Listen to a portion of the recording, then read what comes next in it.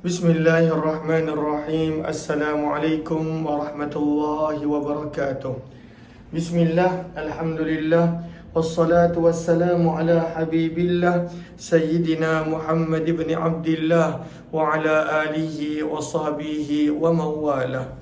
Subhanaka la ilma lana illa ma 'allamtana innaka antal alimul hakim. Wala hawla wala quwwata illa billahil aliyyil azim. Allahumma rabbi syrah lana sudurana wa yassir lana umurana wahlul 'uqdatam min alsinatina yafqahu aqwalana. Allahumma fakkihna fid din wa 'allimna at-ta'wil. Allahumma alhimna marashida umurina wa a'idna min shururi anfusina birahmatika ya rabbal alamin. Walhamdulillahi rabbil alamin. Alhamdulillah, alhamdulillah, syukur kepada Allah Subhanahu wa taala, kita bertemu kembali dalam program Mahsyar. Lama kita tak sempat berkongsi tentang program Mahsyar kerana beberapa perkara bersempena dengan program Ramadan. Tapi alhamdulillah kita dapat bersama pada petang ini, yang mana dalam program Mahsyar ini kita nak berkongsi berkenaan tentang fasa-fasa alam-alam yang telah dilalui dan ditempuhi oleh manusia. Dan sekarang ini kita nak membaca hadis-hadis, riwayat-riwayat berkenaan tentang tanda-tanda kiamat. Dan tak banyak yang tinggal, yang mana para ulama telah menyusun tanda-tanda kiamat kepada 3. Ada tanda-tanda kiamat yang kecil, itu telah kita baca. Tanda-tanda kiamat yang besar, yang sederhana pun itu telah kita selesai. Dan sekarang ini kita berada pada penghujung tanda-tanda kiamat yang besar. Namun sebelum kita teruskan, apa kata kita perbetulkan dahulu niat kita. Moga-moga pertemuan kita adalah kerana Allah Subhanahu wa ta'ala. Nawaitu ta'alluma wa ta'lim wa tadhakkura wa tadhkir wa naf'a wal intifa' wal ifadata wal istifada wal hatha ala tamassuki bi kitabillah wa sunnati rasulillah sallallahu alaihi wasallam wa du'a'i ila al-huda wa dalalati ala al-khair ibtigha'a wajhillah wa mardatihi wa qurbih wa thawabih. Amin amin ya rabbal alamin. Amin amin ya rabbal alamin. Ahlan ahlan Sihat Cika, Nur Hayati Sulaiman, Yaya Lia, Azlina, Nina Haji Daud, Kamiza Muhammad Amil, Fauzan Muhammad, Yaya Lia, Acin Alin, Wan Ismail Wan, Alhamdi Hussein, Kamiza Muhammad Amil, juga dorang yang TikTok, Masya Allah. Ahlan ahlan Kak Fariza Bahrain, terima kasih. Kemudian ahlan-ahlan juga sahabat-sahabat yang lain. Kita nak sambung pembacaan berkenaan tentang tanda-tanda kiamat yang besar. Maka telah kita kongsi sebelum ini, antara tanda-tanda kiamat akan berlakunya al-malhamatul uzma, peperangan yang besar, yang mana dalam riwayat Tirmizi kita telah baca lebih lanjut tentang perkara itu. Kemudian yang kedua, diturunnya Imam Mahdi, kemudian dan menjadi pemimpin selama lebih kurang 7 ke 9 tahun.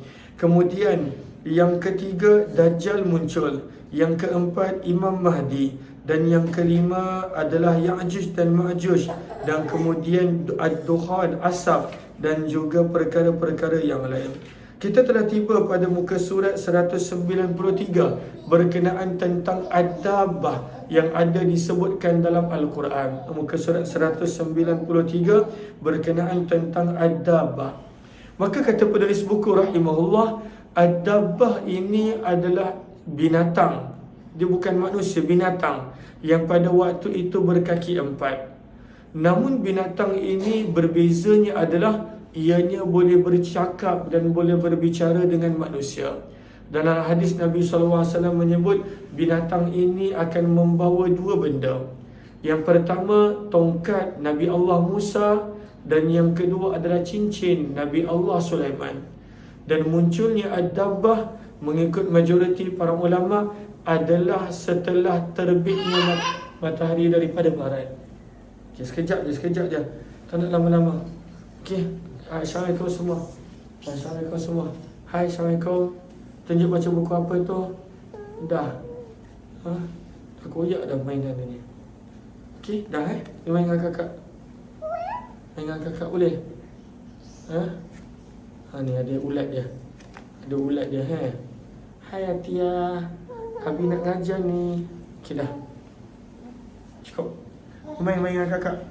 Aminah, Aisyah, Amin Atia. Okey. Maka Allahumma salli ala sayyidina Muhammad. Dan ada pendapat terpencil yang mengatakan Ad-Dabbah ini adalah unta yang sama unta Nabi Saleh yang dikeluarkan daripada batu yang besar. Yang ini pun kita telah baca sebelum daripada ini. Kita telah tiba pada muka surat 193, perenggan yang terakhir. Maka kata penulis, dalam hadis riwayat Sunan Ibnu Majah ada disebutkan bahawa Ad-Dabbah, nanti kita akan baca ayat Al-Quran ni sebentar lagi. Ad-Dabbah ini dia akan meletakkan tanda zahir pada setiap manusia. Sebab manusia dah tak diterima, dah iman taubat tak diterima.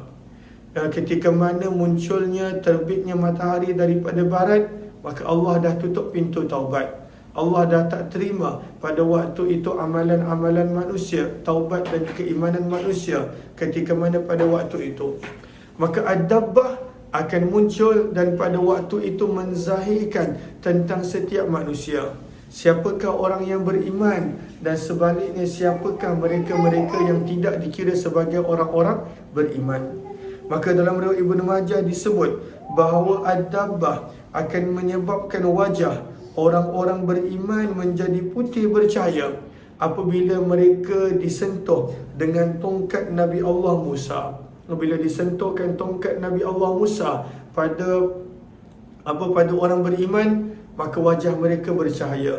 Ada tanda yang mereka ini adalah orang beriman. Dan Ad-Dabbah ini, binatang ini akan meletakkan tanda pada muka orang kafir menggunakan cincin Nabi Sulaiman.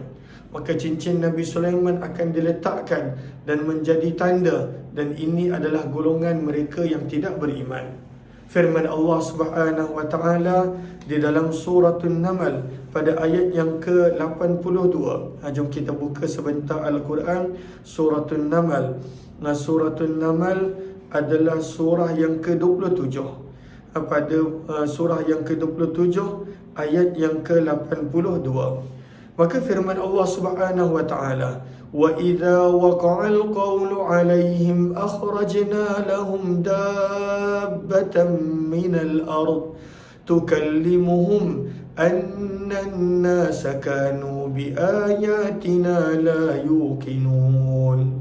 Firman Allah Subhanahu wa taala, wa idza waqa'al qawlu 'alaihim, dan apabila sampai masa berlakunya hukuman ke atas manusia, bila dah tiba waktunya, ketika mana iman tidak lagi diterima, taubat tidak lagi diterima, kerana matahari telah keluar dan terbit daripada barat, dan tiba masa pada waktu itu nak menjelaskan hukuman mereka-mereka yang tak beriman. Maka apa yang berlaku? Firman Allah, akhrajna, kami keluarkan, lahum minal ard, kami keluarkan, firman Allah, akhrajna lahum dabbatan minal ard, kami keluarkan untuk mereka sejenis binatang daripada bumi. Sejenis binatang daripada bumi. Dan binatang ini, firman Allah, tukallimuhum, binatang ini boleh berbicara, boleh bercakap, boleh pada waktu itu berkata-kata dengan manusia, dan manusia pun faham apa yang dicakap. Apa yang binatang ini nak sampaikan? Annan nasa kanu biayatina la yuqinun, sesungguhnya manusia tidak beriman, tidak yakin terhadap ayat-ayat keterangan dan pengajaran kami. Bahawa binatang ini pada waktu itu akan mencop, memohorkan orang-orang yang tak beriman, orang-orang yang ingkar, orang-orang yang kufur. Maka binatang ini dengan cincin Nabi Sulaiman pada waktu itu akan letakkan cop, akan letakkan mohon pada orang-orang yang tak beriman. Dan orang-orang yang beriman akan diberikan tanda melalui tongkat Nabi Allah Sulaiman alaihi salatu wassalam. Maka para ulama berdasarkan susunan telah meletakkan Ad-Dabbah akan keluar, dalam hadis disebut ianya akan muncul kali pertama di Bukit Safa. Bukit Safa yang terletak bersebelahan dengan Baitullah, yang terletak bersebelahan dengan Kaabah. Maka kali pertama binatang ini akan muncul di Bukit Safa. Dalam hadis Nabi SAW bersabda, tak ada orang yang boleh mengejar dia dan tak ada orang yang boleh melarikan diri daripadanya. Dan setiap manusia akan mendapat bahagian tentang apakah golongan mana dia berada, adakah golongan orang beriman ataupun golongan yang sebaliknya. Moga Allah jadikan kita daripada kalangan golongan orang-orang yang beriman. Ahlan-ahlan kepada sahabat-sahabat semua. Terima kasih kepada Zara Batrisha yang beri gift. Terima kasih banyak-banyak. Ahlan-ahlan kepada yang berada di ruang Facebook juga. Mohon jasa baik kalaulah rasa bermanfaat untuk bantu share, bantu untuk kongsi, bantu untuk sebar luas. Mudah-mudahan lebih ramai yang beroleh manfaat. Maka setelah terbitnya matahari daripada barat, munculnya ad-dabbah, binatang yang akan meletakkan cop dan mohon pada orang yang beriman dengan tongkat Nabi Sulaiman dan pada orang tidak beriman dengan cincin Nabi Musa. Setelah itu apa yang berlaku? Maka kata para ulama berdasarkan hadis bahawa akan datangnya angin. Dan munculnya angin ini adalah untuk menjemput, mematikan orang-orang yang beriman. Sebab bila berlakunya kiamat, maka kiamat akan datang dalam keadaan pada waktu itu tidak ada orang beriman. Dan ini bertepatan dengan sabdaan Nabi SAW, la taqumus sa'ah, tidak akan terjadinya kiamat selagi mana ada orang yang menyebut Allah, Allah. Selagi mana ada orang yang berzikir, orang yang mengingati Allah, orang yang pada waktu itu menyebut nama Allah dengan bacaan Al-Quran dan sebagainya, tidak akan berlakunya kiamat. Maka untuk berlakunya kiamat, Allah matikan dahulu orang-orang yang beriman semuanya. Sebab itu pada muka surat 194, kata penulis pada muka surat 194, setelah semua peristiwa-peristiwa di atas terjadi, daripada Ya'juj dan Ma'juj, daripada matahari terbit daripada arah barat, daripada turunnya Nabi Allah Isa, dan juga pelbagai peristiwa yang lain, maka Allah mengirimkan angin lembut daripada arah Yaman untuk mengambil nyawa dan mematikan semua orang yang beriman. Semua orang yang beriman akan dimatikan. Semua orang yang dalam hatinya ada walaupun sekecil mana pun la ilaha illallah, iman sebesar zarah pun, mereka semua ini akan dimatikan. Semua orang beriman akan dimatikan. Maka apakah yang berlaku selepas semua orang yang beriman mati? Manusia yang tinggal di atas muka bumi adalah pada waktu itu mereka yang kufur, mereka yang ingkar, mereka yang menyembah berhala, dan pada waktu itu mereka yang tidak beriman sahaja. Maka sebab itu, kalaulah seorang tu kata takutlah nanti kiamat, maka orang-orang yang benar-benar beriman tidak akan datang kepada mereka kiamat. Tak ada apa nak ditakutkan. Orang-orang beriman tak akan jumpa kiamat. Kiamat, ketika mana nak dekatnya kiamat, maka Allah akan matikan dahulu semua orang beriman. Allah jemput dahulu untuk pulang kepadanya semua orang beriman. Maka tidak akan ada lagi pada waktu itu orang-orang yang beriman sewaktu berlakunya kiamat. Maka bagaimanakah orang beriman akan meninggal dunia? Didatangkan angin, dan angin ini hanya mengambil nyawa dan meninggalkan kesan pada orang-orang yang beriman sahaja. Maka matilah pada waktu itu, meninggallah pada waktu itu semua orang-orang yang beriman. Dalam hadis Nabi SAW bersabda, maka tinggallah pada waktu itu manusia yang melakukan dosa secara terang-terangan dan terbuka, sehingga mereka yataharajun, dalam hadis menyebut mereka pada waktu itu berzina secara berleluasa di depan khalayak ramai tanpa ada perasaan segan maupun malu. Maka inilah keadaan manusia pada waktu itu. Kemudian yang kita biasa dengar tentang munculnya api daripada Yaman, maka sebenarnya api ini adalah untuk mengumpulkan orang-orang yang tak beriman di satu tempat supaya mereka berada di tempat tersebut, dan bila berlakunya kiamat mereka dimatikan pada tempat yang sama. Mereka dimatikan pada tempat yang sama. Maka sebab itu pada muka surat 194, munculnya api daripada Yaman. Lalu kalau kita lihat susunan dia, ianya bermula daripada Al-Malhamatul Uzma, peperangan yang besar, disusuli dengan munculnya Imam Mahdi, kemudian munculnya Dajjal, kemudian turunnya Nabi Isa, seperti mana yang ada disebutkan di dalam surah Al-Ma'idah pada muka surat yang kedua juz yang ke-6. Maka munculnya Imam Mahdi, kemudian keluarnya Ya'juj dan Ma'juj yang ada disebutkan dalam suratul Kahfi dan suratul Anbiya. Kemudian yang ke-6, selepas daripada munculnya Ya'juj dan Ma'juj, maka Allah Subhanahu wa taala akan datangkan Ad-Dukhan, dan yang ketujuh akan terbitnya matahari daripada arah bertentangan daripada arah barat. Kemudian keluarnya pada waktu itu Ad-Dabbah, binatang yang akan meletakkan cop, meletakkan tanda pada orang yang beriman dengan orang yang tidak beriman, dengan tongkat Nabi Allah Sulaiman dan cincin Nabi Allah Musa. Dan kemudian datangnya angin yang pada waktu itu akan mematikan semua orang-orang yang beriman. Dan kiamat akan datang hanya kepada orang-orang yang tidak beriman sahaja.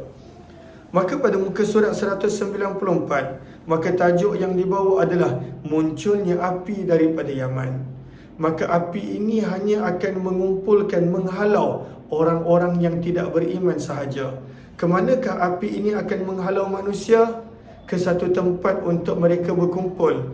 Di manakah tempat itu? Apakah nama tempat tersebut? Jom kita baca. Maka kata penulis buku, kemudian munculnya api yang besar yang keluar daripada lembah Eden di Yaman. Eden berada terletak di Yaman Selatan.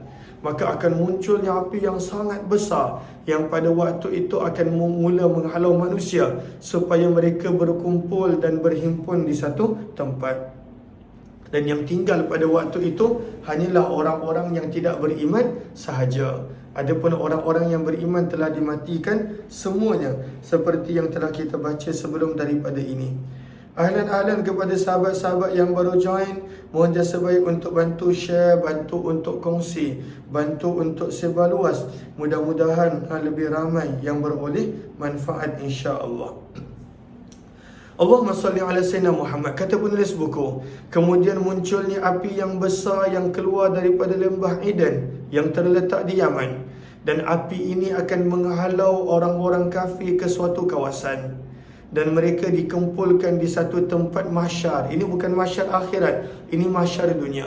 Mereka akan dikumpulkan di satu tempat perhimpunan di dunia. Maka sabda Nabi SAW dalam hadis riwayat Muslim, dan yang terakhir yang berlaku adalah api yang keluar daripada Yaman yang akan memandu manusia ke tempat untuk mereka berkumpul di mahsyar dunia. Maka api ini dalam hadis riwayat Tirmizi kita pun dah pernah baca, yang mana api ini pada waktu itu akan menghalau mereka. Bila mereka terlalu letih sampailah mereka perlu berehat, api ini pun berhenti, berhampiran dengan mereka. Bila dah tiba waktu untuk bergerak, api ini kembali menghalau mereka untuk pergi berkumpul di satu tempat yang telah disetkan, yang telah dimaklumkan oleh Nabi SAW. Maka apakah tempat di mana manusia akan berkumpul tersebut? Kata penulis buku, manusia akan dikumpulkan di Syam pada akhir zaman. Maka kata para ulama, negeri Syam inilah yang merupakan Ardul Mahsyar, bumi tempat manusia berkumpul. Manusia akan berkumpul di mahsyar. Dan kiamat akan berlaku, dan semua manusia pada waktu itu nampak gambaran dahsyat kiamat. Kata Imam An-Nawawi rahimahullah ketika mana mensyarahkan hadis yang kita baca tadi, para ulama mengatakan perhimpunan ini terjadi pada saat menjelang berakhirnya kehidupan dunia. Bila dah dekat pada waktu tu, waktu kiamat, bila hampirnya waktu untuk tiupan sangkakala, maka pada waktu itu manusia semuanya dikumpulkan di Syam, yang merupakan tempat manusia berkumpul di bumi. Dan mereka akan dikumpulkan di sini beberapa waktu sebelum terjadinya kiamat dan sebelum ditiupnya sangkakala. Maka semua manusia dah dikumpulkan di situ, yang tinggal hanyalah mereka yang tak beriman sahaja. Maka pada waktu itulah barulah ditiupkan sangkakala. Sebab itu kata penulis buku, cuma jangan salah faham. Ini adalah mahsyar. Mahsyar terjemahannya tempat berkumpul di dunia. Adapun mahsyar di hari akhirat, ianya adalah tempat yang berbeza di alam hari akhirat, kata penulis. Kata penulis, mahsyar yang dimaksudkan di sini adalah mahsyar tempat berhimpun di dunia sebelum datangnya kiamat. Adapun mahsyar yang akan menjadi tempat berkumpulnya semua makhluk daripada zaman Nabi Adam sampai manusia yang terakhir mati, maka itu adalah di alam akhirat. Maka jangan keliru pula bahawa mahsyar yang dimaksudkan di sini Syam adalah mahsyar, ya ini adalah mahsyar dunia. Sebelum berlakunya kiamat, semua manusia akan dikumpulkan di Syam dan mereka akan berlaku kiamat pada waktu itu kepada mereka. Dan adapun mahsyar di hari akhirat, itu berlaku ketika mana di hari akhirat ianya adalah tempat yang berbeza. Dan bila manusia telah berkumpul, maka tibalah masa untuk meniup sangkakala. Yang ini kita akan sambung esok insya-Allah. Minta maaf semua, saya masih lagi tak dapat pada waktu itu nak fokuskan kepada mahsyar dan hayati Quran sebab terlalu banyak program yang berhampiran berdekatan. Mudah-mudahan insya-Allah walaupun kita buat kadang-kala, dan kalau ada yang terlepas boleh ambil di YouTube Umar Aziz. Mudah-mudahan bermanfaat insya-Allah. Terima kasih semua. Jumpa lagi. Wabillahi taufiq wal hidayah. Assalamualaikum warahmatullahi wabarakatuh. Jumpa jam 12 nanti dalam pembacaan hadis kitab Jami' Tirmizi insya-Allah. Terima kasih semua.